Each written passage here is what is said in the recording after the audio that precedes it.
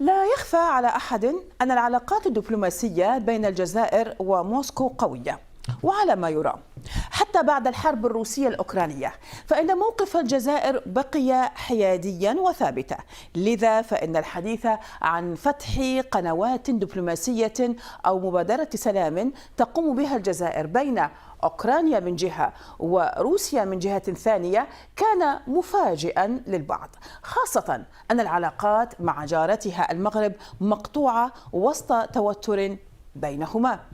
ففي حوار تلفزيوني مع الرئيس الجزائري عبد المجيد تبون ألمح إلى وجود مشروع خطة سلام يمكن أن تطرحها بلاده لوقف الحرب في أوكرانيا من دون الحديث عن أي تفاصيل.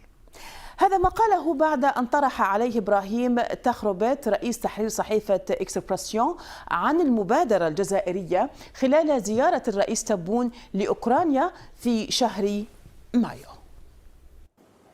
نتكلموا على الأمور لما تبان، لما تكون في بدايتها تنضج تكلموش عليها، تكلموش.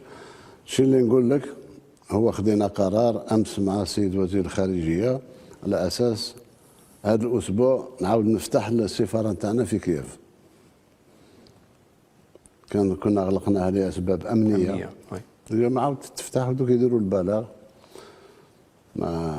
عندنا علاقات عادية مع أوكرانيا. وعلاقتنا مع روسيا قاعد الناس تعرفها، الخاص والعام. ولكن من الناحية الدبلوماسية اسمح لي ما نقدرش نجاوبك لأن أمور سرية. لكن كلام الرئيس تبون عن مبادرة أو وساطة بين أوكرانيا وروسيا كان محل استغراب من قبل وزير الإعلام الكويتي السابق سعد بن طفلة العجمي.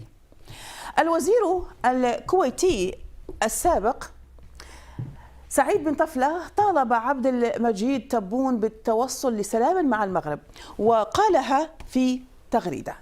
سعد بن طفلة يقول في تدوينته: فخامة الرئيس الجزائري عبد المجيد تبون أن الجزائر تقوم بوساطة سرية للتوصل لسلام بين أوكرانيا وروسيا بوركت جهودكم.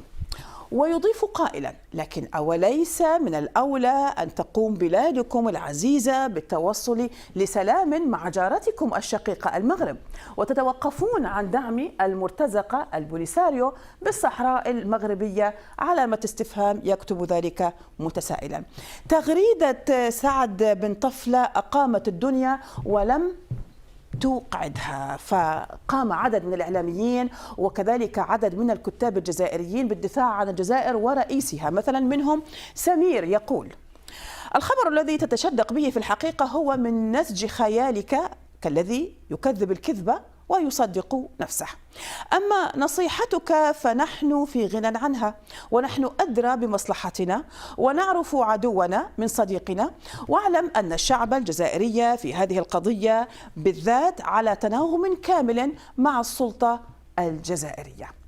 حساب بلاغات يغرد يا وزير الإعلام السابق حاليا، وأقولها لك صدقا: أي اصطفاف بجانب المغرب هو علامة سوداء في صفحة صاحبها ومشاركة مشبوهة منه. تبون دقيق في تصريحاته، والجزائر الآن بعيدة جدا عن المخزون المتراكم في رؤوس الآخرين عن الصحراء لأهلها. طبعا ويتكلم هنا عن الصحراء الغربية لأهلها، ويمكنك أن تستفتيهم إذا استطعت.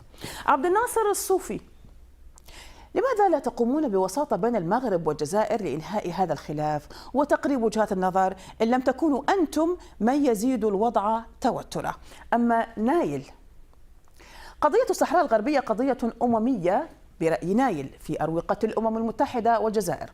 الجزائر ليست طرفا فيها، ودولة الصحراء الغربية دولة يعترف بها أكثر من 50 دولة وهي عضو في الاتحاد الإفريقي.